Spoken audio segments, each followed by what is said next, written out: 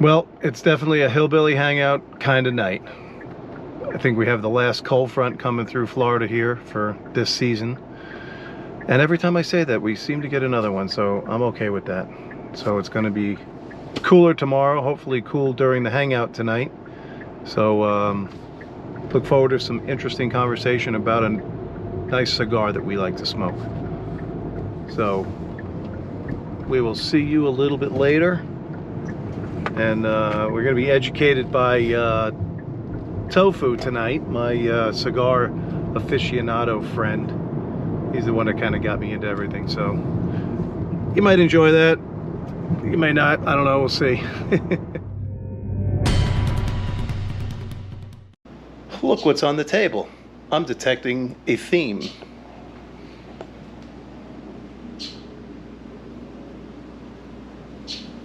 What it are? are? What it are? What the fuck was that? Ha! What the fuck was that? What happened? Look at this picture. What is that?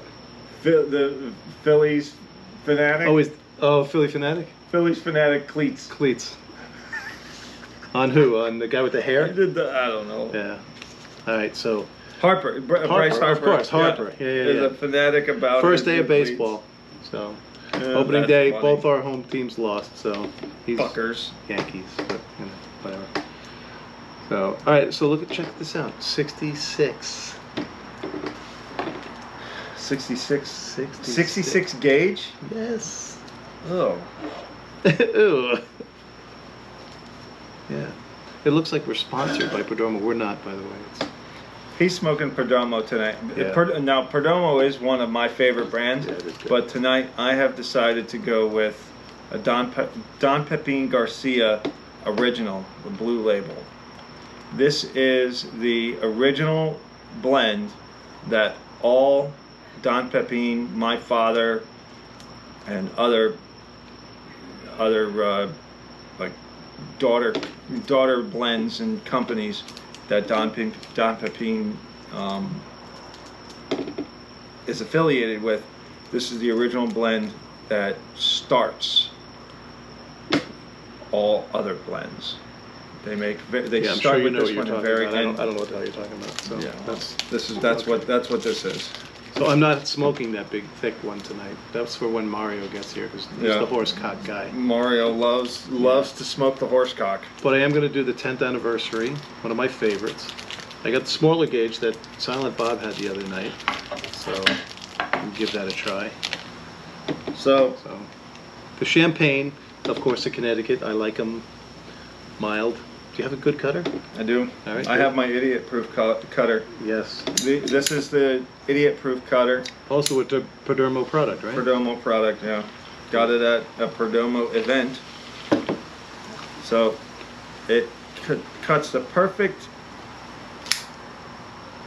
Depth. depth It doesn't- every time, doesn't ruin- right at the shoulder, I'll which interrupt is you as much very as I can. which is very important. You want to get it right at the shoulder. The shoulder is the part of the cigar where it curves up, and then you want to nip it right off the top. It does make a nice cut. So when you're using just a regular guillotine, I always test the draw. yeah, I Right, forgot to. Normally I do that. I forgot to do it this time. Now, this was a gift from Tofu, and some of us have experienced thinking that, which is the fill, is actually the lighter, and then when you squeeze it, you burn the shit out of your palm of your hand. So we're going to be sure not to do that. Some of us, meaning Russ. And my daughter. Your daughter did that too? Yeah. Or Captain? All right, there you go.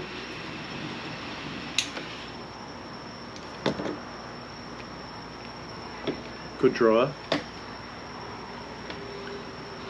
What are you drinking tonight?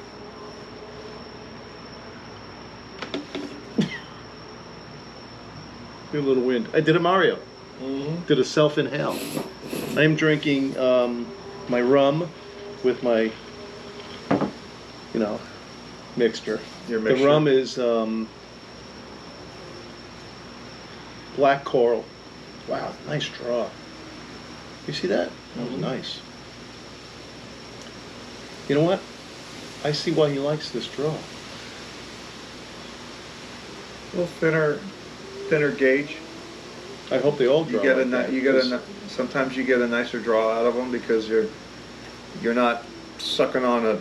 Maybe there's not a lot of tobacco to pull it through. Yeah. It also depends on the construction too. I mean, when it's. That's nice. When the roller builds the fill, if they do it properly and they have the good air channels that are going through, and you get a nice easy draw. You know what I'm going to do, like I do with the other ones? I'll buy a box of them again, because by the time we get through the box, you get a pretty good idea. Like these, the other ones. Well, I don't have them here today, but the larger gauge, I think they're the 54s. Mm-hmm. I don't even know. Maybe 54s, 58s? I think they're 54s. My standard one. I get a box of them usually, and there's a pile of them over there, so I get them by the box because they're so consistent. Tofu turned me on to the set of videos that Perdomo makes, literally from seed to putting it in your mouth, smoking it. It's even before seed. It's from... So, if I can find the link, I'll put it on the bottom. Yeah, if you're looking for a really good education on the process of from beginning to end, of how to make a cigar, look up the Perdomo videos. This is a series on YouTube. It's absolutely fantastic. You will get an education from that series of videos that you will get nowhere else. I would imagine it's like for it. most cigars, but they go over. They yeah, they're over the top. Perdomo's. Yeah. Perdomo's consistency, their quality control. I don't think it can be beaten by any other. I don't know. Any other cigar company. No one else has ever put out videos to say how they do it. So, for all we know, they're all the same. There are some videos out some companies out there that have, like Padron. Padron is another fantastic, super high-end brand that their quality is impeccable. What have I smoked with Padron? Not much, because Padron is more of a full-bodied, and you like more of a medium to. I ask him because he's my dealer. He's the guy. What did I smoke before I met you? Yeah, I don't think you've had acid. The acid blondies. It's like the best cigar ever. Not that they're not a good cigar, but they're not a real cigar. I know some of it's gonna piss some people off, but you know what? I learned also. I'm a purist. Yes. I don't like infused cigars. Right. I want natural tobacco. And there's a difference, No and I know why. Because it's better. It's like a rum, and he's got a bourbon here, which, you know what? Talk about that bourbon. This is finely paired, by the way. The Jefferson's Ocean aged at sea. The way they do this, they actually bring the barrels out on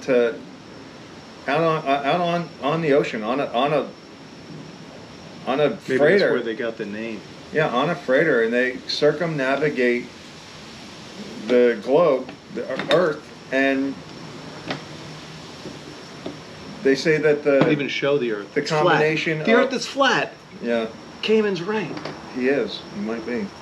When they circumnavigate the Earth, they, the bourbon sloshing around in the barrels. It's supposed to get more of that oak flavor into the bourbon, and the salt air is supposed to infuse in with the bourbon. And I'm a captain on a boat. Salt infuses everything. So I believe if you leave a barrel at sea long enough, it's going to get in there. Now, on the nose, I do detect a bit of salted caramel. Here's where the bullshit starts to flow with, like, oh, the cigar tastes very leathery, or a hint of chocolate. But no, go ahead. I mean, No, I believe. can it be suggestive? Mm. It absolutely could. Because this is what you're supposed to smell, so I love the smell of it. subconsciously, you could be imagining what you're smelling. But It's it so many doesn't- directions I can go with that thought, but we're not going to. yeah, but it doesn't matter. It doesn't matter what scent is actually there or what you're smelling. It's how you interpret it, Right. how you enjoy it. If you I want agree. it neat, if And- you want it on ice, if you want it mixed, there's no wrong way to drink, as long as you enjoy it the way you're drinking it. I also believe that depending on which cigar you pair it with, because I drink the same drink all the time. It's either Captain Morgan is my go-to. I like spiced rums, and the Black Coral is a spiced rum made locally in Florida. It's a different kind of spiced rum. It's awesome, but I make it the same way with some ginger ale and some Bai blueberry drink. BAA, Bai. Not a sponsor. BAI. BAI? BAI. Bye. So I make it the same all the time because I like the way it tastes. I literally measure it. My ice is to the top, so it tastes the same all the time. But it'll taste different when I pair it with a different cigar. So Tofu likes it with. He likes a heavy cigar. Sometimes it's a darker wrap, thicker Usually fill, Maduro. and more bite, more flavors. That when he has it with a lighter one, the bourbon accents it differently, in my opinion. And same with the rum, same with whatever you pair it with. So, I normally go with a, like Cap said, a darker cigar, so a Maduro or a sun-grown, something that's got a little bit more spice, something that's got a little bit more prominent flavors like leather, oak, peppery, either black cayenne or white. White pepper usually find in a lighter cigar, but black and cayenne black usually find more in a Maduro, and then the cayenne usually find more in a sun-grown or Habano type wrapper. all right. So those flavors that you're talking about, are they because they're not putting that in the tobacco? Is it because it's grown in soil that's had those in there? No, it's the soil. It's the region where the tobacco is grown, whether it be Nicaraguan, Dominican Republic, or any area within those countries, or any other country that produces those specific leaves, where the leaves are harvested from the plant. Are they a higher leaf? A higher elevation or shade? Higher elevation or a shade leaf. Higher elevation, you get bigger, more healthy, richer, thicker leaves of tobacco because Higher elevation, like altitude, or No, higher no, elevation from the dirt to the top of the ground plant? to the top of the plant. Okay. Because the sun breeds life. So there's only so many leaves that are sun drenched. The rest of them are all shade Yeah, by design. pretty much. So I mean, yeah, are the sun ones better yes, because they're fewer? because they're healthier. They're healthier. They're thicker. They take the because nutrients of the sun. They got the nutrients. More sun exposure equals a healthier. So it's logical to think, though, there's only, out of every plant, there's 5% of the plant that's sun. So are those a premium leaf that go to premium cigars? Generally, you'll find those. Those are the most beautiful leaves on the plant. So those are going to be the wrapper. Oh, okay. Well, okay. And that then makes the sense. fill, Fill the binder and the fill are, as you get a little bit further down the plant, they're gonna use those as your binder and your filler, because you want the most beautiful Okay, You want the most beautiful that makes sense. leaf as your wrapper, because that's the part that you touch. That's the part that you see. Because So- I mean, you see, you everything is all about. Initially, is about sight Right. and I smell. look at a cigar, if it's too dark, oh, it's too strong. Which is not necessarily true. No. But from a beginner standpoint, that's what I went with. So you told me about the Connecticut and Maduros and stuff. And speaking of the leaf, he brought a cigar over one night as a gift. A couple of them, we both had one called The Leaf, wrapped in another leaf, and it was not only an experience, it's a really cool cigar. It's a great gift to give somebody, by the way, because Initially, it's wrapped. Initially, I honestly thought it was kind of gimmicky, It was so good. but it's It was really a so good cigar. It was so good. I don't even know who makes The Leaf. Oh my gosh. It's a decent company. It's a leaf by Oscar. I can't remember his name. It's Oscar. Oscar something. If you know what it is, leave it in the comment, because we've been drinking. Yeah, too, I can't remember. I can't remember what it Alright. is. It's not a. What's the Jesus Christ? What's the company that does Oliva? Oliva is Don Pepin. Don Pepin. Yeah. It's not a Don Pepin Which- stick. I don't know. Don Pepin, right Oh, yeah, there. There you go. Right. That's another company, just like my father is Don Pepin is the parent company of my father, Oliva. Right. I think Tatuaje is another Don Pepin brand, and they sell tobacco to a bunch of other like boutique cigars. You know, smaller I think companies. Super Mario knows some of this too. Super Mario is not here. He's in different parts of the world, as he usually is if he's not here at the table. And he usually brings back a cigar from the area. So we'll talk Yeah, about that when he gets home. We're looking forward to a horsecock when he comes back. Or the twisted ones. He brought me one from Cuba, the twisted ones. He was in, no, it was from Mexico. He was down in Mexico somewhere, visiting family. And he's Spanish. He's actually Cuban. He's a rafter. He's a He came rafter. He came here. He's a on boater. raft. He's a boater. We'll leave it at that. He's a boater. He's a maritime He started specialist. his life. Actually, he's quite the world traveler, really. He really is. He's Cuban born, lived in Germany, and went back to Cuba, and he'll tell you the story. But anyway, so Coast Guard This for is- how many years? 6 years, I think he didn't do career. He was No. too young. But- 4 years, probably. He spent a Yeah. damn good part of his life. He got On the naturalized when he came in here into the States, and definitely became American, not just Mm-hmm. naturalized. So much so he joined the military, the Coast Guard, and served the country proudly. Yeah. He's a patriot. So The time, Anyway. he's an immigrant who adopted the American way of life, but never really lost his culture.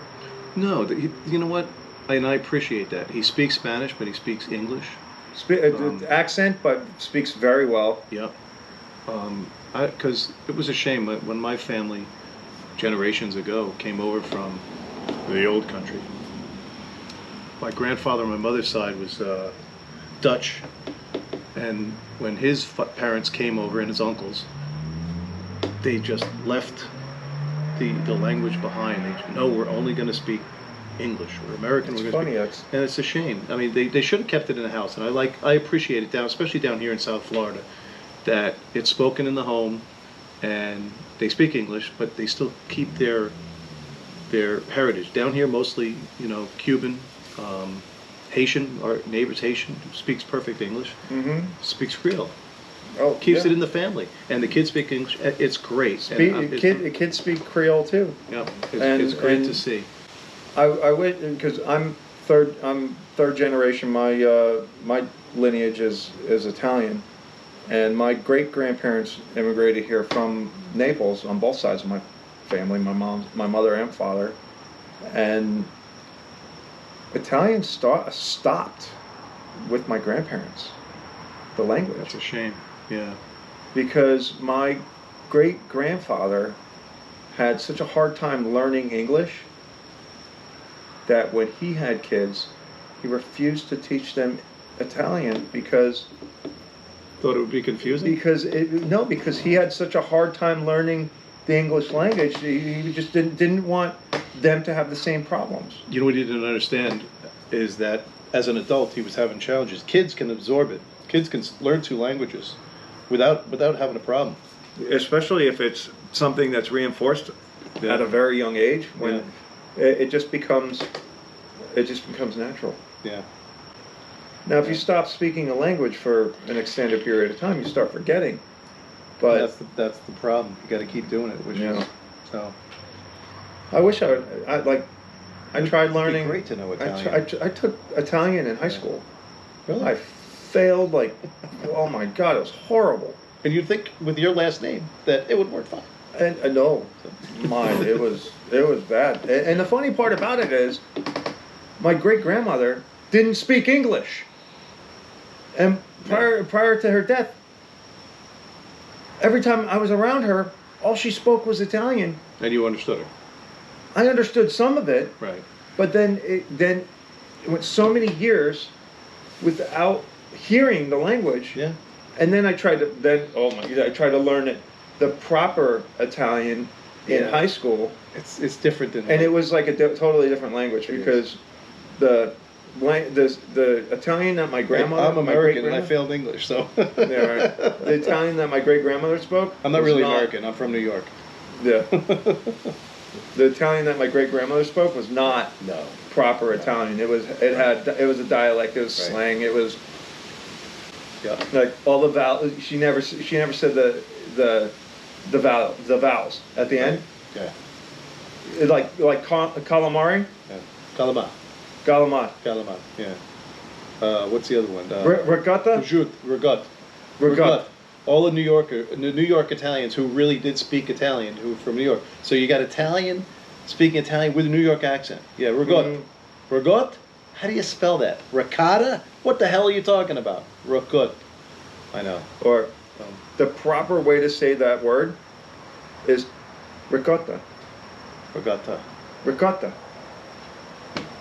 Well, Ooh, down here in South Florida, all the different dialects of Spanish, between the Argentinians, the Colombians, the Cubans, the Venezuelans, the Spanish people, Mexicans, it's like Guatemalans. They all have we even have dialect accents. The Spaniards from Spain. Right. They look down upon. No, I know. But it's the closest to that is like Bogota, Colombian. Closest to from España, Spain. Oh, we're getting off on a tangent. Anyway, yeah. I'm enjoying this cigar. We're going to wrap it up. Again, not in any way a sponsor, but this is just a good cigar, good brand of cigars. But this, I tell you, this gauge, I get this now. This is a really nice gauge. I'm going to stick with it. My next box is when I go visit Sal. I'll show you some shots of his shop. Great humidor. The Smoke Inn. In Smoke Inn 4 in Margate. We will be doing an on-location shot there. I was over there the other day. That's where we got these sticks from the other day. And we're going to have some coffee, some cigars, and good conversation. And I think a Guinness. It's usually my drink of choice when I go there. I have a nice coffee. It makes a good coffee. So, anyway. So, anyway, if you like what we're talking about, hit the like, hit the subscribe, and if you want to see the next one, ring the bell. So, thank you everybody for showing up. If that's the right terminology, I don't know. Whatever. We're new at this stuff. We're new to this. We'll see you again.